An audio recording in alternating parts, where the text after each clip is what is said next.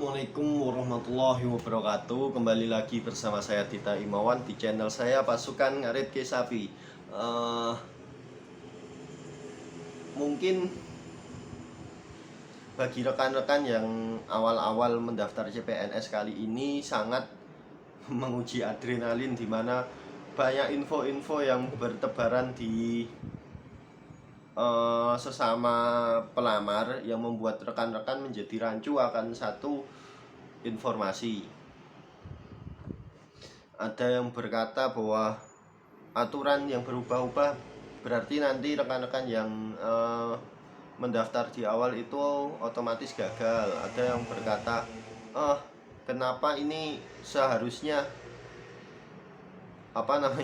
blind competition atau kompetisi buta, dimana harus tidak memiliki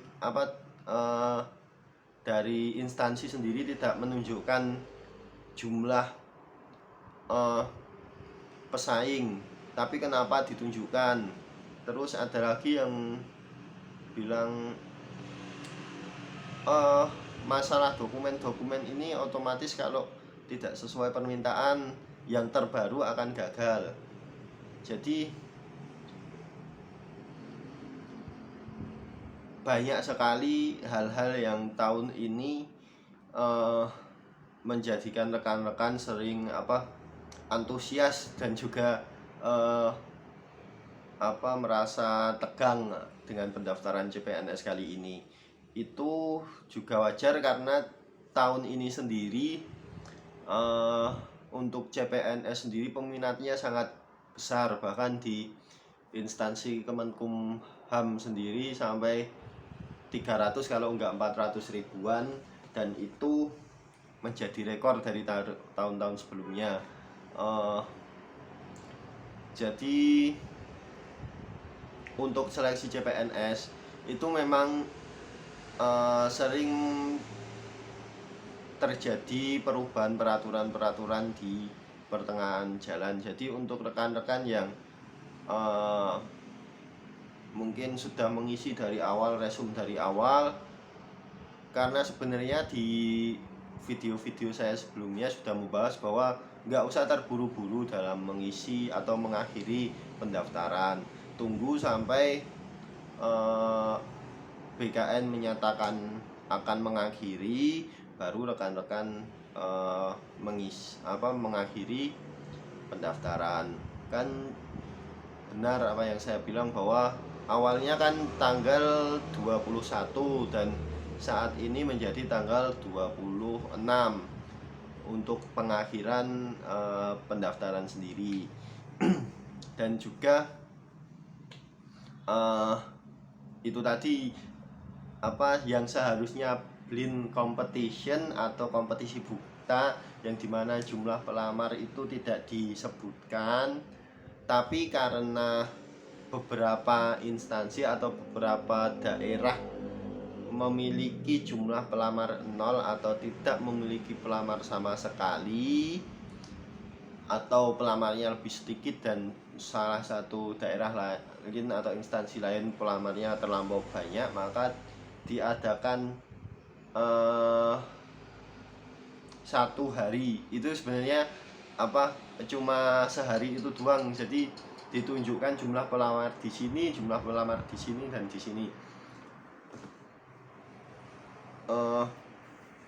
Sehingga rekan-rekan yang belum resume masih memiliki kesempatan untuk memilih yang lain.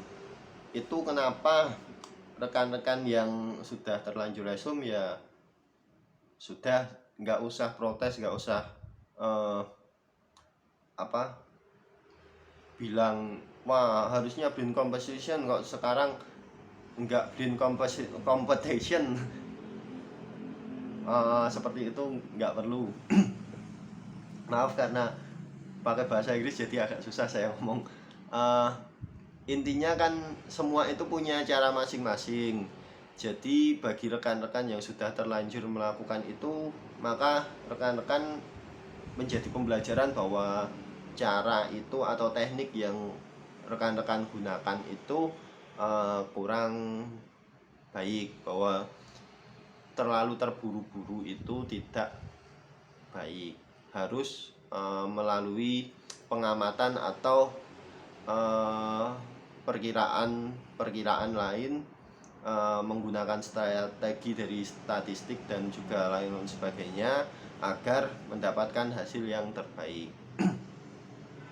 Jadi bagi rekan-rekan yang mungkin sudah mengakhiri pendaftaran, ya udah terima saja, mungkin pendaftaran di sana banyak, maka rekan-rekan yang harus rekan-rekan lakukan sekarang hanya berusaha dengan belajar SKD, mempelajari entah itu TIU, TWK, dan TKP dengan sebaik-baiknya agar rekan-rekan bisa mendapatkan nilai yang terbaik, dan walaupun pesaing rekan-rekan banyak, rekan-rekan akan tetap sukses.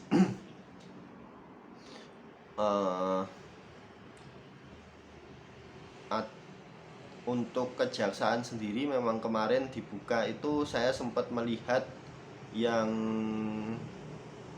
pengawal itu cuma sekitar 2000 pelamar, yang sudah resum itu sekitar 2000 pelamar.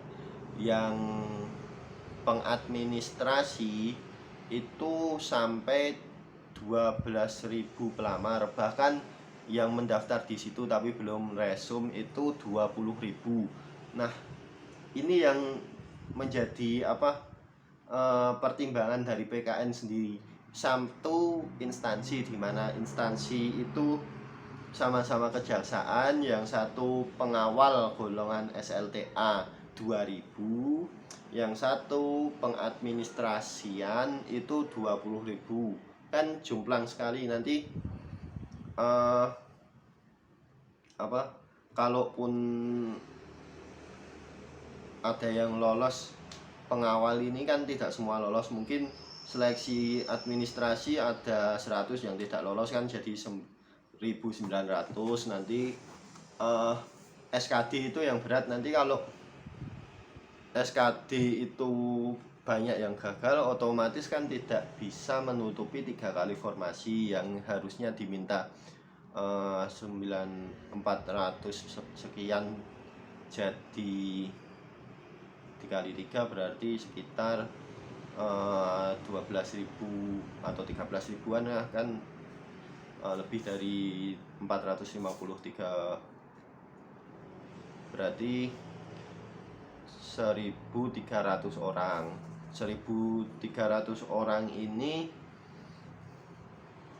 yang harusnya 1.300 orang, nanti kalau pelamarnya hanya yang lulus SKD, yang PG SKD itu hanya 200 atau bahkan 100, kan otomatis tidak bisa menutupi kebutuhan kuota. Nah, itulah kenapa kebijakan dari BKN itu memberikan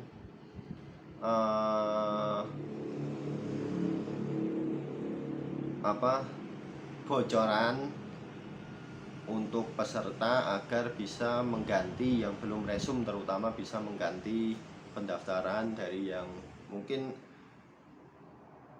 tadinya coba administrasi karena mungkin lebih merasa wah gaulan pengadministrasi daripada pengawal, pasti kerjanya di kantor gini-gini, padahal semua sama, bahkan justru untuk pengawal sendiri lebih baik daripada pengadministrasi sebenarnya. Itu langsung, padahal orang tersebut memiliki kriteria yang sesuai dengan pengawal. Jadi orang tersebut belum resum dan masih bisa berpindah ke pengawal, maka setelah melihat antara 2.000 dan 20.000 itu, dia bergegas pindah ke pengawal tahanan. Nah, itu kan juga memberikan pengurangan pesaing untuk yang 20.000 dan memberikan tambahan peserta untuk yang 2.000. Jadi sebenarnya semua kebijakan yang dilakukan oleh instansi, entah itu instansi yang rekan-rekan lamar ataupun juga BKN sendiri, itu demi kebaikan bersama. Dan seperti instansi kejaksaan kan kemarin harus memiliki surat bebas narkoba dari pemerintah, dari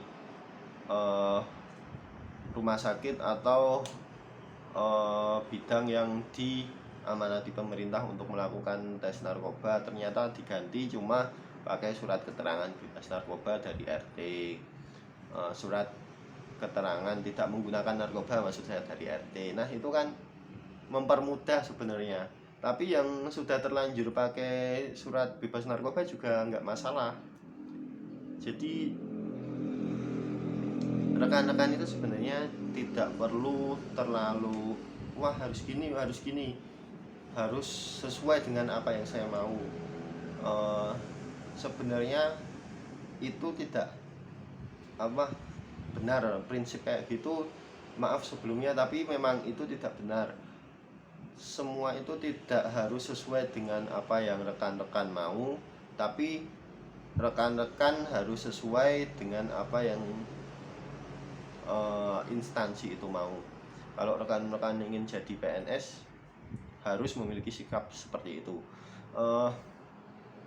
Mungkin cukup sekian yang bisa saya sampaikan. Ada salah dan kurangnya saya mohon maaf. Kalau ada perkataan yang mungkin menyinggung perasaan rekan-rekan, saya juga mohon maaf. Akhir salam, wassalamualaikum warahmatullahi wabarakatuh.